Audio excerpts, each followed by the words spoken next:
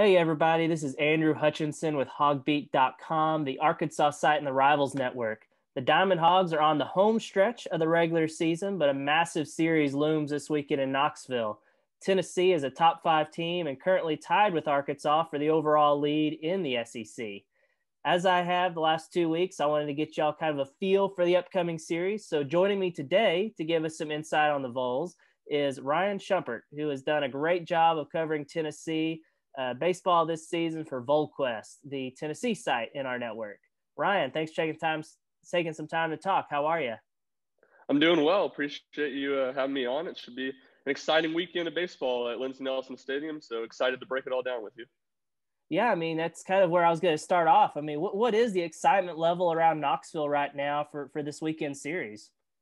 Well, it's very high. And, the Vanderbilt series earlier in the year was very pumped up, very big crowds for that game. But they're going full capacity this weekend. They announced that on Monday morning. And by Tuesday morning, they'd sold out Friday and Saturday. And by Tuesday night, they'd sold out the whole weekend. So it's a lot of excitement. And first time we're going to see Lindsey Nelson Stadium really full this year. And I think there's been some sellouts while Vitello has been there, but I think it's the first time it's the whole city, the whole community, the whole university is really fully behind the baseball team, seeing kind of what they've been able to do and the heights they've been able to reach. So excitement's at an all-time high, and then you just add the fact that, like you said in the intro, two teams that are tied at the top spot in the SEC, and Tennessee hasn't won the SEC since 1995. So certainly a lot of excitement about this baseball team in this series in Knoxville. Now, what kind of style does Tennessee play? Like whenever they're playing well, what's kind of their formula for winning this year?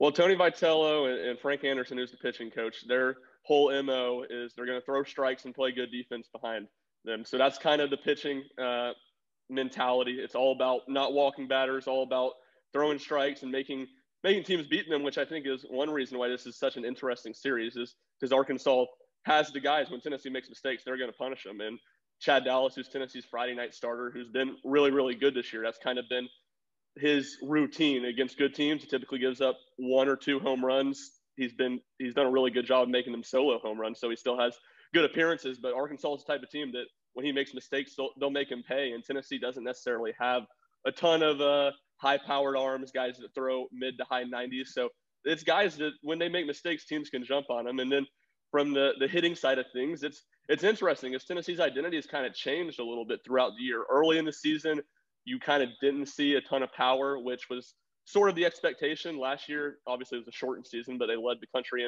in home runs, and they lost a couple of the better hitters on that team. But early in the season, early in SEC play, it was a lot of, I wouldn't call it small ball, but it was a lot of grinding out at bats. We're going to get deep into the other team's bullpen. Let's work a lot of walks. And they still do that, but you've kind of seen in the past month the power started to show up. And I think actually in SEC play, they're first or second in the league in home runs, and that's really been because of what they've done the past 4 weeks. I think it was the Vanderbilt series, and then the week after that, Texas A&M. I think they hit more home runs those two series than they did the first four SEC series combined. So the power's kind of awoken up in the bats, and it's not – I say that, and it's not just one or two guys, like the three or four hitters that have been really going off. It's kind of top to bottom, 1 through 9. Every weekend they seem to find a couple of guys who hit a couple home runs. So it's an offense that's starting to come alive, and a defense that's – or a pitching staff that's very much all about throwing strikes and limiting walks.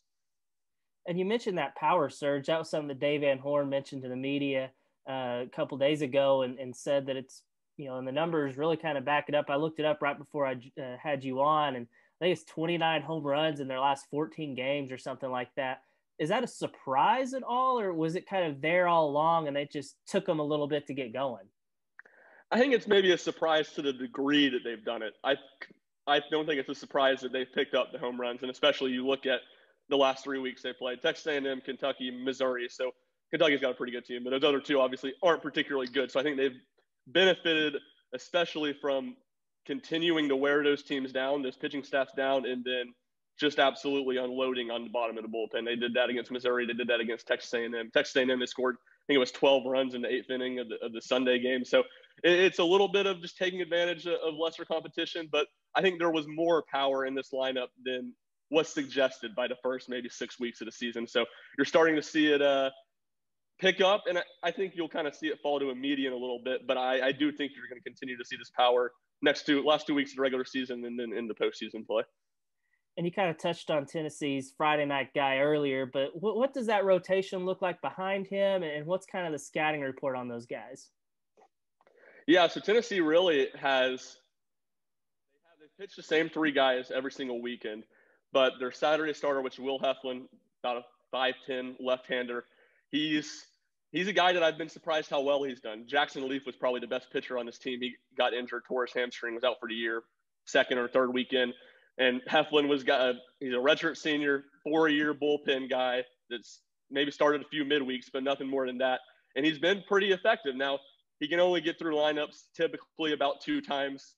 Third time through, he starts to run through some trouble. But I think he's been surprising because when you saw him move into that role, starter role, at least my thought, and I think some of the other media thought, was this is going to be a temporary thing. But he's taken the reins of it, and I'll say what's been impressive about it is Tennessee's lost 2 Friday games this year to Alabama and to Vanderbilt, and he's come back on Saturday with his 2 best starts of the year after that, and in 2 games that he didn't get a ton of run support either, and Tennessee was able to win both those games. And then on Sunday is Blade Tidwell, who's probably the highest potential of any Tennessee pitcher. He's a true freshman, is kind of a power arm. He throws 96, can hit 98 early in the games.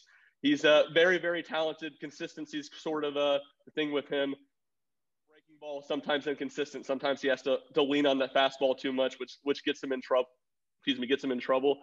And then the other thing he's kind of running some problems is he's had 2 starts where he's been really good 1 or 2 times through the order, 3 or 4 innings. Then he gets into the middle innings and struggles, faces some adversity, and kind of I don't want to say falls apart, but isn't able to pick things back together and get deep into games. Last 2 weeks, we've seen him do that when he hasn't been great early in games, and he's kind of pushed through it and gotten Tennessee 6, 7 innings last week against Missouri. So he's a really, really talented guy, and I think it's going to be exciting to watch him against Arkansas because what I mentioned, Tennessee, even Chad Dallas, who's been really effective for Tennessee, Arkansas I feel like is going to get theirs against him. Blade Tidwell has the talent where he can put up some scoreless innings and put up some impressive numbers against Arkansas, but it can just as quickly go the other way. If they pounce on him early, he can potentially lose it, and Arkansas can get to Tennessee's bullpen early on Sunday.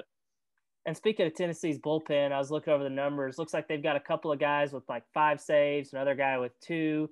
All of them have pretty good numbers. I mean, who is the Vols' kind of shut down bullpen arm, and who would they use to kind of close games?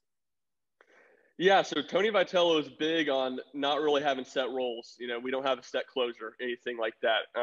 If anyone were to fit in that role, it'd be Redmond Walsh. He's, I think, about 5 or 6 saves away from taking the Tennessee record for career saves, and he kind of was in that role a little more in 2019, but kind of just because of the way the bullpen worked out. But he struggled really a lot early in conference season, but I guess going back about 3 or 4 weeks now, he started to be better. He blew, I think, 2 saves the first 2 weeks against Georgia and then against LSU. Tennessee was able to still win that LSU game after he blew the save. But he's starting to get better, and he's a guy that's been really effective for Tennessee. But really, Tennessee's best bullpen pitcher is Sean Hundley, 3.15 ERA. They really like to ride him. He's a guy that kind of the MO with Tennessee pitching staff. He doesn't necessarily blow you away with what he does. Only throws about 90, 89, but has a lot of movement on his fastball and does a really good job of hitting spots. So he's kind of the guy they want to lean on the most. Typically Friday night, it's let's see how many innings Chad Dallas can get us. Typically that's 6 or 7, and let's try to let Sean Hundley go to distance from there. So he's kind of the first guy you'll see on Friday night, I would imagine. And the other guy to watch out for, he's thrown a ton of innings for Tennessee's Kirby Cannell, 2.58 ERA, a left-hander out of the bullpen.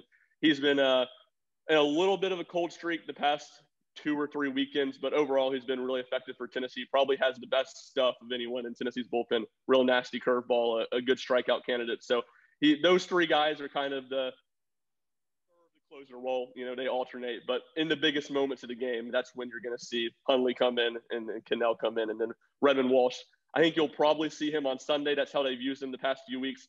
He's another guy that's really light throwing left-hander, even less than Hundley is. He's 87, 88, and I think he pairs really well with what Blade Tidwell does, coming in right-hander throwing, 6'5" right-hander throwing upper mid-90s, and then to a nasty changeup and a low fastball. It's worked well for him, and that was kind of the reason he was their closer in 2019, is they had guy named Andrew Schultz who could throw 100. It was oftentimes a setup, man, and they like to go him to those two guys, and it worked out really well. And you saw Wall struggle a little bit early in the year, and then they kind of put him behind Blade Tidwell, and he started to pick it up. So I think you'll probably see him on Sunday. But obviously, circumstances can change that. Arkansas pushes Tennessee's pitchers early from the game. Tennessee doesn't have a ton of bullpen depth. You could potentially see him have to be used earlier in the weekend.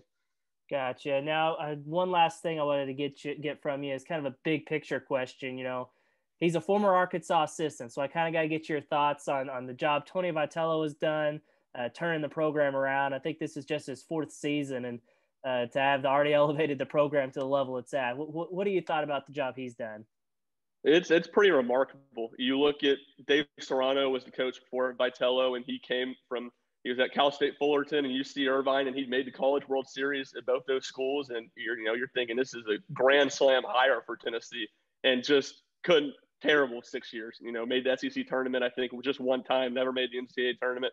And I think there was kind of a thought that, I think it's fair to say Tennessee's not one of the top, not one of the top, one of the worst 3 or 4 jobs in the SEC. And I think there was kind of a thought of who can win here. This guy can't win here. And it's been remarkable. The energy Vitello's brought, the self-belief, I think, is what stands out the most. Obviously, he's done a great job recruiting. That was kind of what he was known for at TCU and at Arkansas and Missouri. So he's done a really good job with that, with Vanderbilt, in the same state.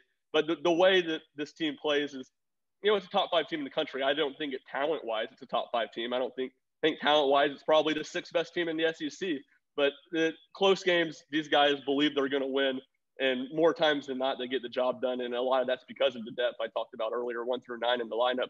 It's they don't have to rely on one guy, which is a big difference from 2019 when Tennessee returned to a regional. They had a good team that year, but they very much had to depend on 2 or 3 guys in their lineup to get runs. And that's not the case now. And it's going to be fascinating. Everyone in Knoxville, I can't get on the general quarters, our message board at Volquest, without having a question about what's Danny White, the athletic director, doing to keep Vitello, what's all that look like. So it's going to be fascinating to watch this offseason. I'm sure teams will come at him, and I just can't say enough good things about what Vitello has done in Knoxville. It's been really extraordinary. And the one thing the what if they played last year, because they had Garrett Crochet, who was a number 11 pick. He was the fastest guy in the draft class in MLB, a left-handed pitcher who's just dominant, really, really good. And then 2 other power bats that went in the top. I guess it was just 5 rounds last year at MLB draft, but both of them, one went in the 2nd round, one went in the 5th round. So you look back and you think, man, the team could have even been better from a talent perspective last year. But it's really, really impressive, and it's going to make for, when the season ends, an interesting few weeks to see what Tennessee does, because there's a lot of talks about Lindsey Nelson Stadium and doing some renovation, expanding it, and then also kind of an interesting – your listeners probably don't care too much about this, but another interesting thing on it is the Tennessee Smokies, which is a AA team in Sevierville, which is about 20 minutes from Knoxville. They're actually going to move back to Knoxville and build a stadium in downtown. So there's some talks about the AD wanting them to play their home games there. I don't think Vitello wants to do that. So it's a lot of moving parts, and it's going to be really interesting. But Tony Vitello is probably the most popular man in Knoxville right now, with how things on the football side went and how things on the basketball side ended this year. So it's been a really impressive job that he's done. Well, Ryan, I appreciate you again taking time to talk to us, kind of give us a little insight on the Vols going into this huge series this weekend. Before I let you go, I just want to remind everybody that, as always, HawgBeat's coverage of Arkansas baseball is brought to you by CJ's Butcher Boy Burgers. Go check them out. They've got locations in Fayetteville and Russellville. A great spot to eat before or after a baseball game, or any day of the week, honestly. So go check them out. Great supporters of Arkansas and HawgBeat.com. So, Ryan, I appreciate you taking the time to talk, and hopefully we catch up soon. Yeah, I appreciate you having me on, and looking forward to what should be an exciting weekend.